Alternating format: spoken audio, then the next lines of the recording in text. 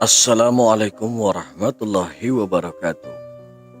Sobat Cemen dimanapun Anda berada, hari ini kita mendapatkan satu lagi sebuah kisah nyata yang diceritakan oleh seseorang bernama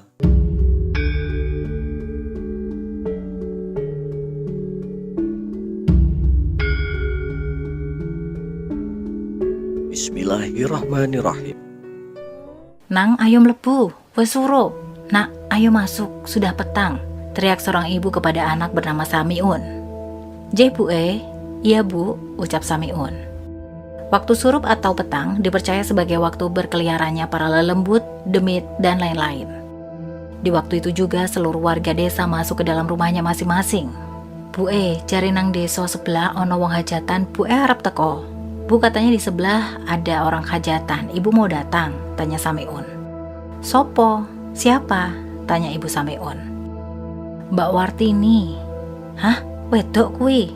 Hah? Perempuan itu?" Ibu Samiun terkejut mendengar penuturan anaknya mengenai pernikahan Wartini. "Nopo bu Kenapa bu?" tanya Samiun.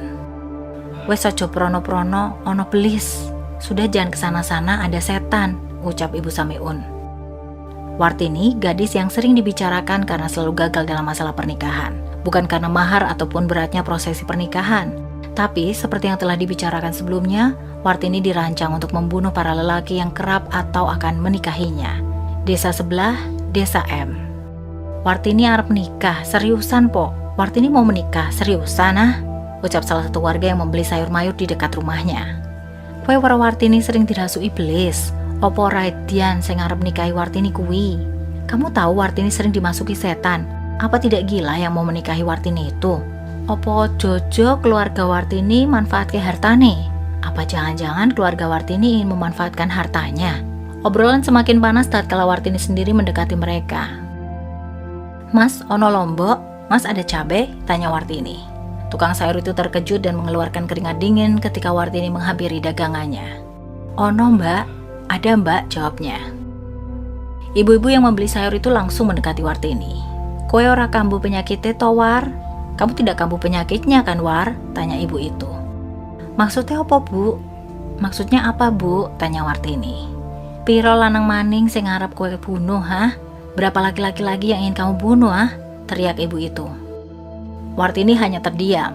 Dia tak tahu harus bagaimana untuk tidak menelan argumen pedas dari tetangganya. Aku ora weruh apa-apa bu. Aku tidak tahu apa-apa bu," ucap Wartini. "Halah ngapusi, halah pembohong." Wartini segera meninggalkan ibu-ibu yang julid itu dengan wajah penuh kekhawatiran. Sesampainya di rumah, ia bertemu dengan Pak Tohadi. "Pak, aku wis kesel karo omongan ibu-ibu tonggo.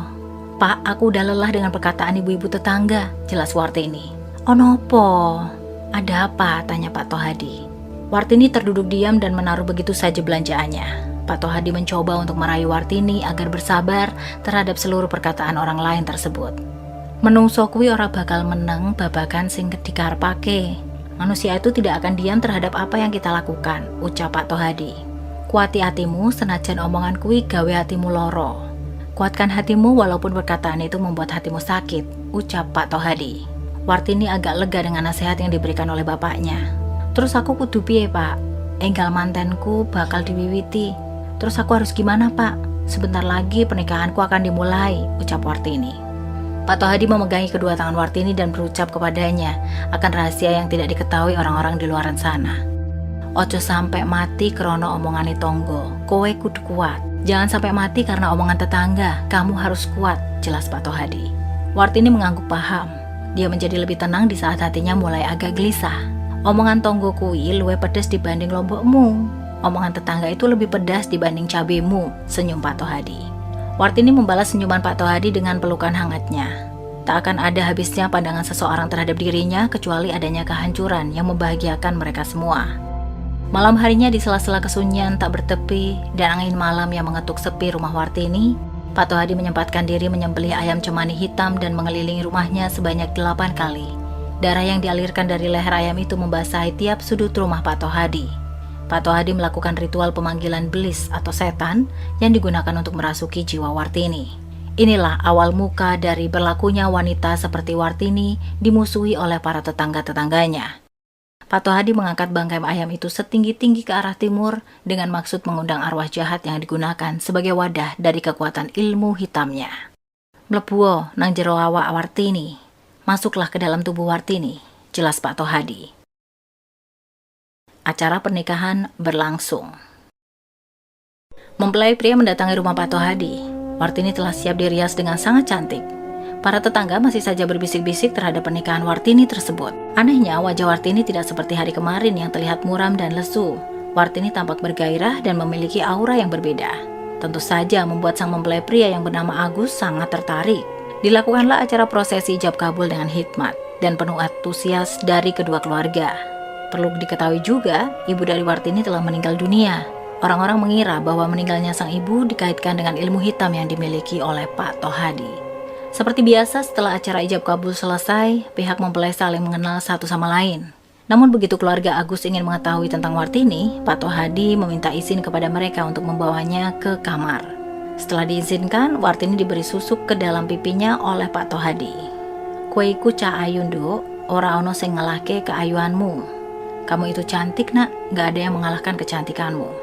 Wartini sama seperti biasanya, hanya diam dan tak menggubris apapun. Rogomu wes aku tuker karo lelembut kui. Sing sabar yonduk, kue bakal weruh tujuan bapakmu iki. Tubuhmu telah aku tukar dengan lelembut itu. Yang sabar ya nak, kamu akan tahu tujuan bapakmu ini, jelas Pak Tohadi. Setelah selesai dipasangkan susuk, Wartini dibawa keluar oleh Pak Tohadi untuk menemui keluarga Agus yang ingin mengetahui lebih dalam tentang Wartini. Keluarga Agus menanyakan beberapa hal mengenai keberlanjutan kehidupan keduanya. Di antaranya pertanyaan itu adalah rumah mana yang akan dipilih, siapa yang bertanggung jawab untuk membina mereka berdua, apa ada kesepakatan berlanjut ketika salah satu di antara keduanya meninggal dunia, dan nomor 1 dan 2 adalah pertanyaan dari keluarga Agus. Sedangkan nomor ketiga, Pak Tohadi mengajukan. Mereka keluarga Agus terkejut dengan pertanyaan yang dilontarkan oleh Pak Tohadi. Apa maksudnya pertanyaanku, Pak? Apa maksudnya pertanyaan itu, Pak? Tanya Bapak Agus. Untuk berjaga-jaga saja, barangkali ada salah satu di antara keduanya meninggal. Apakah ada kesepakatan berlanjut? Sedangkan kita tahu pengantin baru itu rawan akan kehancuran dari berbagai pihak. Pahamkan maksud saya? Senyum Pak Tohadi. Pak Tohadi kembali mempertegas argumennya kepada keluarga Agus. Segala keputusannya kita serahkan kepada Agus dan Wartini. Keduanya memiliki peran penting pada keberlangsungan kehidupan bersama, ucap Bapak Agus dan Pak Tohadi bangkit mendekati Wartini. Nak, kamu yakin akan meninggalkan Bapak seorang diri di tempat yang sunyi seperti ini? Apakah kamu ingat, Ibu sudah lama meninggal? Tanya Pak Tohadi. Wartini menatap sedih wajah Pak Tohadi lalu memegang erat kedua tangan Pak Tohadi. Pak, jangan tinggalkan Wartini, pinta Wartini. Dalam hati Pak Tohadi, dia merasa sangat senang sekali. Sosok lelembut yang memasuki jiwa Wartini telah sepenuhnya bisa dikendalikan dengan baik. Agus merasa kasihan dengan permintaan Wartini yang benar-benar menggugah hatinya. Pak, aku akan ikut kemanapun dan apapun keputusannya. Tidak baik untuk menolak permintaannya, karena pernikahan ini baru saja selesai, ucap Agus. Bapak Agus merasa kecewa dengan keputusan dini dari seorang Agus yang dikenalnya sangat berhati-hati dalam mengambil keputusan. Kau tahu, rumor yang berlaku tak akan pernah hilang begitu saja. Keluargamu terkenal dengan keluarga belis. Aku menikahkan anakku dengan tujuan meluruskan keluargamu ke jalan yang lebih baik. Jadi jangan kau macam-macam dengan tercapainya tujuanmu saat ini, ucap Bapak Agus. Silakan Pak Suroto, kau memiliki hak dan keputusan terhadap anakmu sendiri. Namun bagaimana mungkin cinta akan dibatasi oleh aturan? Bukankah cinta itu tidak beraturan? Tanya Pak Tohadi. Cinta yang tidak beraturan berasal dari kesalahpahaman seseorang dalam memandang indah sesuatu yang telah bersifat alamiah. Cinta itu alamiah sejati yang tak pernah kalah akan aturan, jelas Pak Suropto. Perdebatan terus merambah kepada kesalnya Agus hingga menggebrak meja. Cukup, sampai kapan kalian berseteru? Bukankah sekarang kita satu keluarga? Kita sudah menjadi satu bagian dari potongan-potongan yang terpisah, tanya Agus. Pak Tohadi tersenyum mendengar perkataan manis menantu bodohnya. Baiklah, berarti sudah diputuskan bahwa Agus harus tinggal di sini, tanya Pak Tohadi. Apa jaminannya? Tanya Pak Suroto. Goroklah leherku jika memang keluarga kami adalah keluarga pembunuh, senyum Pak Tohadi. Hasil keputusan itu memutuskan bahwa Agus akan tinggal bersama Pak Tohadi dan Wartini. Memang berat bagi keluarga Agus merelakan anaknya yang tinggal di keluarga Pak Tohadi. Namun karena tekanan dan tuntutan Agus yang begitu keras, keputusan itu membuat banyak hal kontroversi. Baiklah, kamu boleh tinggal di rumah ini. Namun jika ada sesuatu yang terjadi terhadapmu, kami tidak akan diam saja, jelas Bapak Agus. Agus mengangguk paham terhadap apa yang dikatakan oleh bapaknya mengenai kehati-hatian terhadap keluarga Pak Tohadi yang dirumorkan sebagai keluarga pembunuh itu. Agus juga belum tahu sepenuhnya rencana dari pengikatan dirinya terhadap Wartini. Rahasia ini bersifat sangat privasi dan hanya diketahui oleh Pak Tohadi serta Wartini sendiri. Setelah usai apa yang dibicarakan mengenai ketetapan Agus dan Wartini untuk memilih tinggal bersama, akhirnya keluarga Agus kembali ke tempat masing-masing. Hari pertama setelah pernikahan, Wartini masih berlagak seperti orang polos yang belum mengetahui apa-apa. Dia juga tidak sadar bahwa jiwanya sedang terpenjara oleh sosok lelembut peliharaan Pak Tohadi. "War, apa kamu tidak merindukan purnama yang mengkilau di malam hari?" tanya Agus. Wartini hanya tersenyum manja. Sifat manjanya itu menambah gairah dalam diri Agus untuk segera menikmati malam pertamanya sebagai pengantin baru. Agus memainkan tangannya ke bagian belakang Wartini. Dia melepaskan satu persatu kain yang dikenakan oleh Wartini. "Kamu tidak merindukan kehangatan di malam yang dingin ini, sayang?" tanya Agus. Wartini terdiam sejenak. Tiba-tiba wajahnya memucat pasi dan tubuhnya sangat dingin. "Hari ini kamu dingin sekali. Apa aku perlu memelukmu agar ketakutanmu hilang karena kasih sayangku?" tanya Agus mencoba untuk memaksa Wartini agar mengikuti ajakan bercintanya. Begitu Agus membaringkan tubuh Wartini, dengan sekejap wajah Wartini berubah menjadi sangat menyeramkan.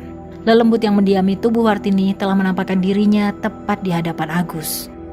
"Wartini!" teriak Agus yang tak percaya dengan perubahan bentuk wajah istrinya. "Ayo bercinta bersamaku, Mas," ucap Wartini dengan nada yang manja. "Tidak, kau bukan Wartini.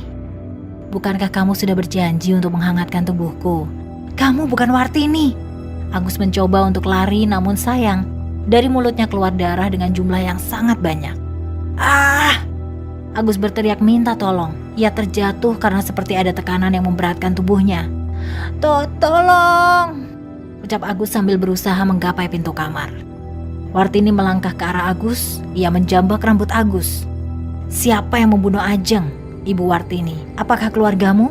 ucap Wartini. Agus menatap wajah Wartini yang sangat menyeramkan itu. Bukan keluargaku." "Rasakan kerakusanmu, manusia biadab. Ini nerakamu."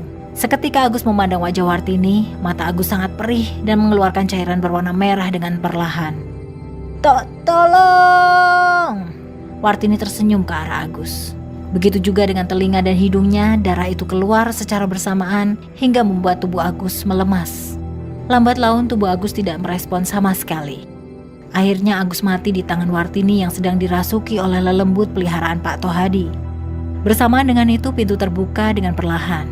Masuklah seorang lelaki yang menjadi penjinak bagi lelembut itu. "Bagus Wartini. Kamu telah membalaskan dendam ibumu secara perlahan. Bunuhlah pria yang telah menghancurkan kehormatan ibumu," ucap Pak Tohadi sambil memeluk Wartini yang telah kembali semula, seperti sedia kala. Keesokan harinya, pada warga geger dengan penemuan mayat Agus yang berada di tengah kebun milik salah satu warga. Tubuh Agus tidak utuh layaknya korban dari mangsa hewan buas. Berita tentang kematian Agus pun menaruh curiga kepada keluarga Pak Tohadi. Pasalnya, Pak Tohadi sendiri memainkan perannya dengan berdrama di hadapan para warga agar argumennya dipercaya.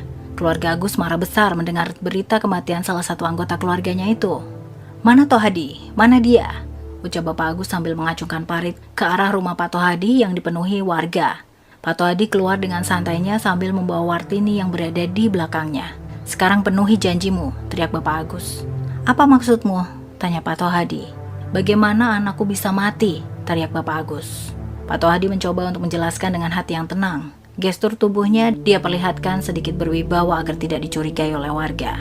Dia terbunuh karena diserang macan kumbang. Memang sangat sulit untuk mempercayainya, tapi begitulah faktanya, jelas Pak Tohadi. Macan kumbang? Mana ada seekor macan memasuki penduduk padat seperti ini? Jangan memutarbalikkan fakta kau iblis, ucap Bapak Agus. Setelah beberapa saat, seorang warga berlari ke arah Pak Tohadi. "Pak, macannya sudah ketemu," ucap warga itu. Keluarga Agus dan para warga tidak mempercayai itu. Mana mungkin ada seekor macan kumbang memasuki rumah penduduk. Memang jaraknya dengan hutan tidak terlalu jauh, namun sangat cepat untuk memutuskan bahwa kematian Agus disebabkan oleh macan kumbang yang dimaksud. "Apakah tertangkap?" tanya Pak Tohadi. "Belum, Pak, namun bukti cakaran dan penyerangannya sama persis seperti cakaran dan serangan yang dikenai oleh Agus," jelas warga itu. "Apa buktinya?" tanya Pak Tohadi. "Kambing milik Bu Ratih," jelas warga itu. Sementara itu Bu Ratih dan Samiun menangis terseduh-seduh melihat harta satu-satunya mereka telah habis. "Bu, kok kambingnya mati?" tanya Samiun. "Gak tahu, Nang. Orang tua dulu pernah bilang jika ternak mati berarti desa kita sedang diserang oleh lelembut. Dunia menutupi kebenarannya yang ada." Pak Tohadi sama sekali tidak mengakui bahwa dirinya telah membunuh Agus lewat peran Wartini yang telah disediakan terlebih dahulu. Karena bukti kurang kuat, akhirnya Pak Tohadi dan Wartini selamat dari gugatan yang dilakukan oleh keluarga Agus. Namun tidak demikian bagi beberapa warga yang memang telah mengetahui seluk-beluk dari keluarga Wartini ini. Wartini dinilai menjadi akal-akalan belaka Pak Tohadi sendiri untuk menutupi aib buruknya selama kejadian itu terus berulang. Semenjak kasus Agus, banyak warga yang memilih untuk pergi meninggalkan desa. Tujuannya satu, tidak ingin lebih dalam ikut campur dalam permasalahan yang dilakukan oleh keluarga Pak Tohadi. Kian merajalela kematian ternak disebabkan oleh lelembut itu sendiri yang harus mengambil darah segar ternak warga sehabis membunuh orang yang telah menikahi Wartini. Tetapi lambat laun naluri Wartini terbuka. Dia semakin tersiksa jika dijadikan boneka dendam oleh bapaknya sendiri. Bahkan Wartini tidak segan untuk menolak permintaan bapaknya. Menuju pernikahan kedua. "Bagaimana, Nduk? Kamu sudah enakan badannya?" tanya Pak Tohadi. "Pak, apa benar yang dikatakan warga kalau aku yang telah membunuh Mas Agus? Tetapi kenapa aku tidak sadar ketika aku dinikahi olehnya?" tanya Wartini. Pak Tohadi menyisiri rambut Wartini sambil menembangkan lagu Jawa. "Pak, kenapa warga di sini membenci kita? Apa kita punya salah?" tanya Wartini. Pak Tohadi hanya tersenyum dan membisikkan sesuatu ke telinga Wartini. "Ibumu sudah tersenyum di sana, Nduk," ucapnya. Wartini menengok ke arah Pak Tohadi dan bertanya sesuatu kepadanya. Maksudnya?" tanya Wartini. "Ibumu dulu dibunuh oleh pria hidung belang yang ingin merenggut mahkotanya. Kala itu Bapak sedang berada di luar kota. Karena Bapak nggak tahu siapa pembunuhnya, akhirnya Bapak dendam terhadap seluruh laki-laki yang mencintai seorang wanita hanya nafsu semata," jelas Pak Tohadi. Wartini terkejut mendengar fakta tentang kematian ibunya dari mulut Pak Tohadi. Jadi ibu dibunuh?" tanya Wartini. Pak Tohadi berhenti menyisiri rambut Wartini dan dia beranjak bangkit serta berkata kepada Wartini, "Tidak ada laki-laki yang akan melukaimu. Seharusnya kamu tahu itu. Semua laki-laki yang bernafsu tidak akan puas dengan pencapaiannya," ucapnya. Sementara itu warga desa membuat strategi untuk menghancurkan keluarga Pak Tohadi. "Bagaimana, Mas? Mas siap? Apakah guru Mas yang mengirimnya ke sini?" tanya warga. "Saya mendengar ada seorang wanita yang apabila dinikahi mempelai lelakinya pasti meninggal. Apa itu benar?" "Mas Muji namanya. Dia adalah salah satu santri yang dikirimkan gurunya untuk membenarkan mengenai konflik sosial di desa yang terkenal dengan wanita bernama Wartini, wanita iblis." "Benar, Mas. Beberapa hari yang lalu seorang warga desa sebelah meninggal karena menikahi wanita itu. Namanya Wartini," jelas warga. "Wartini. Jika dilihat dari mata telanjang, dia adalah seorang wanita biasa yang sangat cantik. Namun jika ritual itu selesai, dia adalah lelembut. Sebentar, apa hubungannya ritual dengan lelembut itu?" tanya Muji. "Pak Tohadi adalah dalang dari semua ini. Dia melakukan ritual pemanggilan lelembut dan menjadikan Wartini sebagai wadah dari lelembut itu sendiri," jelas warga. Muji berpikir sejenak sebelum dia mengambil langkah sebesarnya. "Apa ada ciri lain setelah si lelaki itu meninggal?" tanya Muji. Tiba-tiba seorang wanita bersama dengan anaknya ikut bergabung. "Ada, Mas," ucap wanita itu. Dia adalah ibu dari Samiun. Dia memprotes keras dengan tindakan yang meresahkan hingga membuat ternaknya mati sekejap. "Jika mempelai laki-laki telah meninggal, maka ternak kami akan mati semua dengan sekejap," jelas ibu Samiun. Muji mencoba menarik intisari dari semua informasi dan yang diterimanya itu. Ada dua kemungkinan untuk bisa memisahkan Wartini dengan lelembut itu. Satu, ada sesuatu yang bisa menguasai pemikiran Wartini, karena satu hari sebelum pernikahan Wartini diambil alih tubuhnya oleh lelembut. Kedua, Wartini akan kehilangan kesadaran manakala dia telah dijadikan wadah oleh lelembut itu. Karena itu, untuk mengakalinya, Muji harus mengambil perantara dari lelembut itu. Yang ketiga, Wartini masih memiliki naluri kemanusiaan yang utuh. Karenanya Muji akan mendekatinya bukan dengan nafsu, melainkan dengan ketulusan dan kasih sayang yang benar-benar memikat Wartini sendiri. Baiklah, saya sudah putuskan untuk mencoba menikahinya, jelas Muji. Para warga terkejut mendengar ucapan santri yang bernama Muji itu. Mas jangan bercanda, dia itu wadah iblis. Justru itu, saya akan menghancurkannya. Siapkan wali palsu untuk saya, jangan beritahu siapa saya yang sebenarnya. Mari bekerja sama untuk mencoba menghancurkan tindakan berlebihan ini, jelas Muji kepada warga. Warga mengangguk paham dan mendukung tindakan Muji. Pernikahan Muji dan Wartini. Utusan dari Muji mendatangi rumah Pak Tohadi sambil menyampaikan maksud dari kedatangannya. Muji, siapa dia? Apakah dia bukan orang asli desa ini? Tanya Pak Tohadi. Dia merupakan pendatang baru, kebetulan dia ingin mencari pasangan hidup. Pak Tohadi tampak curiga dengan apa yang disampaikan seorang warga kepadanya. Muji, aku belum pernah mendengar nama itu dan tampak asing di telingaku. Apakah dia seorang utusan? Tanya Pak Tohadi. Rencana sebelum utusan itu mendatangi rumah Pak Tohadi. Ingat, jangan beritahu kepadanya kalau aku adalah seorang santri. Jangan beritahu aku juga kalau aku adalah seorang utusan. Bilang saja kalau aku pendatang baru, jelas Muji. Utusan Muji itu mengangguk paham. Satu lagi, jawaban dengan cepat. Jangan terlihat seperti sedang menjebak seekor rusa di tengah hutan. Kamu harus rileks dan duduk seperti biasanya. Jangan biarkan pandanganmu kosong atau berkaca-kaca. Dia bisa membaca gerak-gerikmu. Di rumah Pak Tohadi. Dia bukan seorang utusan, dia hanya pendatang dan kebetulan ingin mengabdi di desa ini. Apa Bapak keberatan untuk menikahi Wartini dengannya? Kebetulan dia adalah seorang insinyur muda, jelas utusan itu. Pak Tohadi masih menatap mata dari utusan itu. Tampaknya Pak Tohadi melihat sesuatu yang berbeda, yang sengaja disembunyikan oleh orang itu darinya. Baiklah, kapan akan digelar? Tanya Pak Tohadi. Secepatnya, kalau bisa besok atau lusa acara pernikahan dimulai. Pak Tohadi menerima tawaran itu. Namun dia juga berjaga-jaga agar apa yang terjadi kelak tidak menghancurkannya secara sekejap. Rencana penghancuran Pak Tohadi berjalan mulus.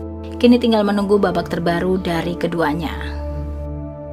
Malam sebelum pernikahan Wartini, Pak Tohadi merasa resah dan khawatir dengan calon mempelai pria yang akan menikahi Wartini.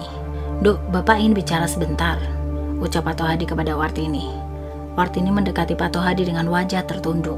Jika kamu sampai jatuh hati dengan pria itu, apakah kamu akan meninggalkan Bapak? Tanya Pak Tohadi. Jika memang pelaku pembunuh ibu belum diketahui, aku tidak akan pernah jatuh hati kepada siapapun, Pak, jelas Wartini. Ingatlah, Duk, naluri akan mengalahkan segalanya, bahkan nilai jahat sekalipun. Jika kamu memiliki jiwa yang besar, kekuatan jahat akan kalah dengan hati kecilmu, jelas Pak Tohadi. Wartini menyimak nasihat bapaknya. Apakah kamu siap untuk menjalankan ritual ini lagi? Wartini mengangguk sebagai tanda menyetujui permintaan bapaknya. Kemarin, Dok, Pak Tohadi kembali memasangkan susuk di wajah Wartini. Sekarang tunduklah kamu terhadap perintahku, bunuh semua pria yang telah membunuh ibumu, jelas Pak Tohadi. Setelah selesai, Wartini dibawa ke dalam kamar, sedangkan Pak Tohadi ia melakukan ritual seperti biasanya. Hari pernikahan Wartini. Warga berdatangan dengan wajah sumringah. Tidak biasanya, apa warga memang sengaja untuk melihat rencana cerdas dari Muji itu sendiri.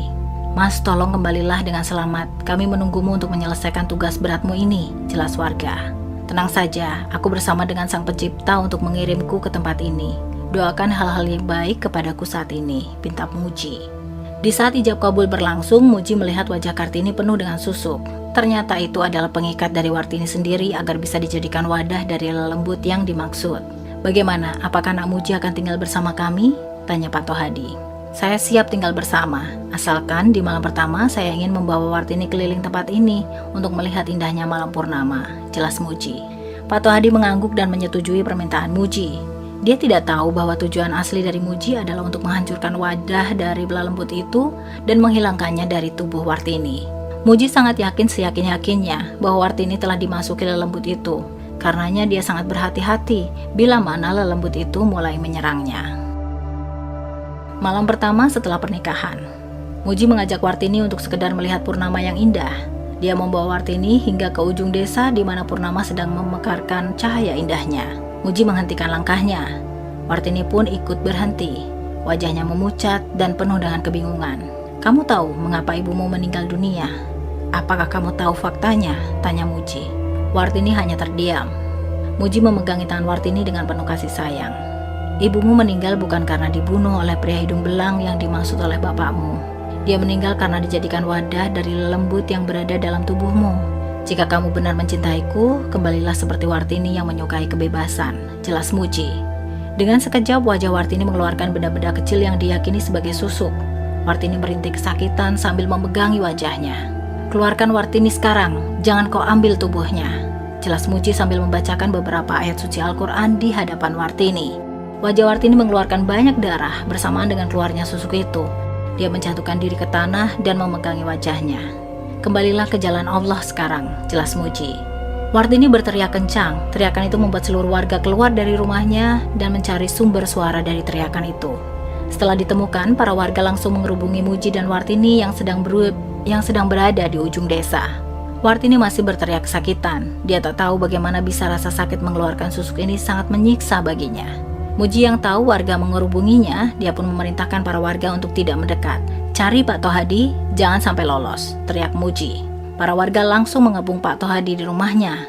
Namun sayang, keberadaannya tidak ada di dalam rumah. Para warga kembali melaporkan hal itu kepada Muji. Di rumah kosong mas, kata warga. Cari rumah yang memiliki ternak, lelembut, itu telah berpindah ke tempat Pak Tohadi, teriak Muji. Jika lelembut itu telah berpindah ke tuannya, dia akan mencari ternak untuk dihisap darahnya sama halnya ketika kematian ternak milik Samiun. Akhirnya para warga pun mencari rumah yang memiliki ternak. Di desa itu orang yang memiliki ternak hanya 2 orang, keluarga Samiun dan keluarga kepala desa. Karena ternak Samiun sudah habis, mati karena misterius, akhirnya warga bertolak ke rumah Pak Kades. Setelah ditelusuri, Pak Tohadi sedang bersembunyi di kandang kambing milik Pak Kades sambil menggigiti kambing dengan gigi-gigi tajamnya. Ku iblise, itu iblisnya, teriak warga. Sontak saja Pak Tohadi langsung melarikan diri ke arah perkebunan tempat ditemukannya Agus yang mati terbunuh itu. Bunuh iblisnya, pateni iblise, teriak warga sambil mengangkat golok dan benda tajam lainnya. Warga terkejut dengan perubahan wajah dari Pak Tohadi yang begitu mirip dengan seekor siluman. Wajahnya tampak memiliki bulu dengan garis-garis di tiap sudut pipinya. Lalu tangannya mencakar-cakar tubuh kambing itu layaknya macan yang sedang kelaparan. Mulutnya penuh dengan darah, di beberapa sela giginya terdapat daging yang menyangkut. Ku iblise, itu iblisnya, teriak warga. Pak Tohadi berlari menghindari kejaran warga. Detak jantung para warga hampir copot manakala cara berlari Pak Tohadi tidak normal seperti macan. Sementara itu Muji masih menunggu kesadaran Wartini kembali. Wartini, ucap Muji dengan penuh iba. Kamu siapa? Tanya Wartini. Muji tak bisa menahan harunya. Dia baru menyadari bahwa hatinya sedang jatuh hati terhadap Wartini. Beberapa saat sebelum Muji ditugaskan di desa tempat Wartini. Muji, manusia itu tidaklah semuanya jahat. Ada juga mereka yang jatuh pada godaan setan yang membisikinya lewat hati yang penuh kebimbangan. Jelas Pak Kiai, guru Muji. Iya Pak Kiai, jika kamu mendapati manusia yang membutuhkan pertolongan, bantulah dia. Sebarkan agama ini dengan penuh kasih sayang dan kedamaian. Jangan kamu hancurkan agama ini dengan kekerasan dan tindak kriminal lainnya. Jelas Pak Kiai.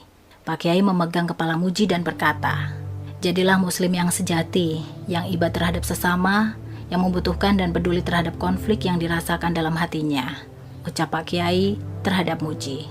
Karena itu juga, Muji menjadi yakin bahwa sejatinya manusia yang baik adalah manusia yang peduli terhadap yang lainnya. Momen Muji sebelum mendapati Wartini yang akan meninggal. Aku suamimu, ucap Muji sambil meneteskan air mata. Wartini tersenyum, tangannya penuh dengan darah. Kamu suamiku, ucap Wartini. Aku suamimu, aku belahan jiwamu, ucap Muji. Wartini tersenyum kembali. Sesekali dia memegangi dadanya yang merasakan kesakitan luar biasa. Jangan banyak bergerak, War. Kamu masih belum sepenuhnya mengeluarkan susuk itu, jelas Muji. Aku kotor, Mas. Mana bisa kau yang suci mencintai aku yang kotor? Apakah Tuhan adil? Tanya Wartini. Muji terus meneteskan air mata. Mana bisa nalurinya menahan rasa bersalahnya. Pernikahan yang awalnya sebagai sebuah rencana kini melekat menjadi sebuah hubungan yang sangat terasa di hati Muji. Enggak War, kamu gak kotor. Kita bisa memulainya dari awal lagi. Aku akan menjadi suami yang baik. Kita akan tinggal bersama dalam satu atap. Kamu tahu kan, kamu menginginkan kebebasan. Aku akan membebaskanmu, jelas Muji. Tangan Wartini menyentuh pipi Muji. Darahnya menyentuh pipi Muji yang basah karena air mata. Kamu menangis? Tanya Wartini. Muji memegangi tangan Wartini dan berkata seyakin-yakinnya, aku akan menyelamatkanmu, War. Tolong jangan banyak bergerak, ucap Muji. Aku ingin bersamamu, Mas, walaupun hanya sebentar. Kamu bukanlah laki-laki yang dikatakan oleh bapak. Kamu laki-laki baik. Tidak semuanya laki-laki itu brengsek kan? Buktinya kamu masih menerimaku yang kotor ini, jelas Wartini. Muji melihat ke kanan, ke kiri, namun tak ada satupun warga yang terlihat. Mas, bolehkah aku meminta satu permintaan? Tanya Wartini. Apa maksudmu, War? Kamu bisa selamat, kamu harus selamat. Tolong Islamkan aku lagi, senyum Wartini. Air mata Muji menetes jelas di hadapan Wartini. Tatapannya menjadi kosong, pikirannya entah kemana. Mas, kamu sanggup kan? Tanya Wartini. Tubuh Wartini sudah tak sanggup lagi menahan derita dan rasa sakit karena susuk yang telah banyak menempel di beberapa bagian tubuhnya. Ternyata susuk itu tidak hanya dipasangkan di wajah, melainkan ada beberapa puluh titik yang ditempelkan di tubuh Wartini. Mas, tanya Wartini. Muji mencoba menguatkan hatinya. Hatinya serasa hancur berantakan. Dia tak ingin kehilangan Wartini walaupun pernikahan itu adalah pernikahan yang direncanakan. Iya, aku mampu, War, ucap Muji. Wartini tersenyum. Dia menghela nafas panjang sebagai tanda dirinya berada di ujung maut. Asyhadu alla ilaha illallah. Wartini mengikuti ucapan Muji. Walau agak terbata-bata, namun cukup jelas ucapannya. Wa asyhadu anna Muhammadar Rasulullah. Wartini melafalkannya dengan sempurna, namun begitu dia telah usai mengucapkan syahadat, nyawanya tak tertolongkan. Wartini meninggal dalam keadaan telah bersyahadat dan kembali pada Tuhan.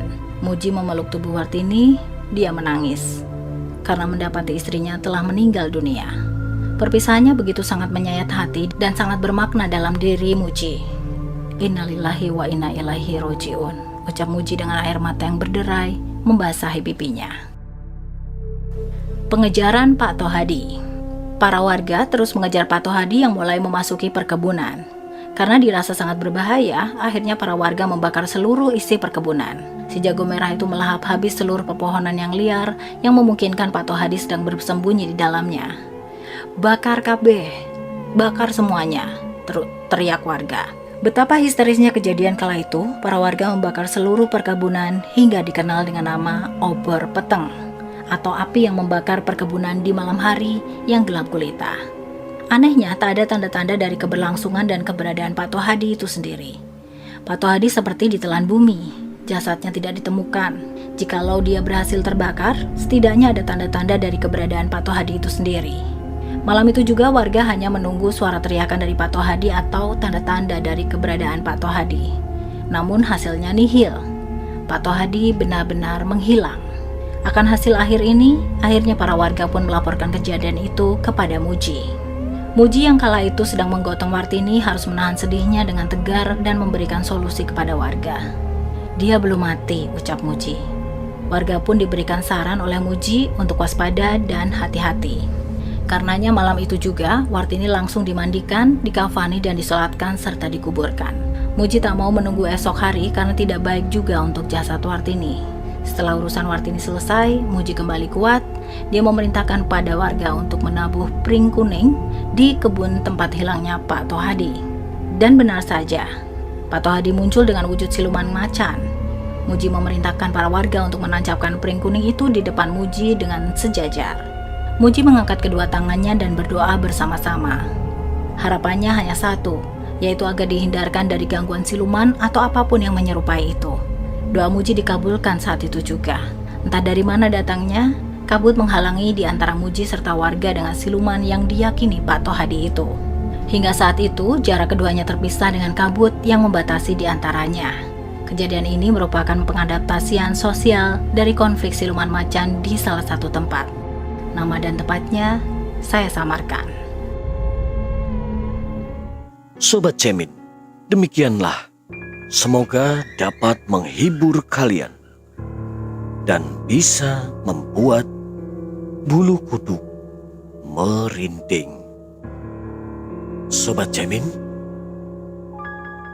jangan lupa like, komen, share, dan subscribe supaya channel ini semakin berkembang dan bisa senantiasa memberikan cerita-cerita misteri, cerita-cerita horor, cerita-cerita mistis yang bisa membuat bulu kuduk merinding.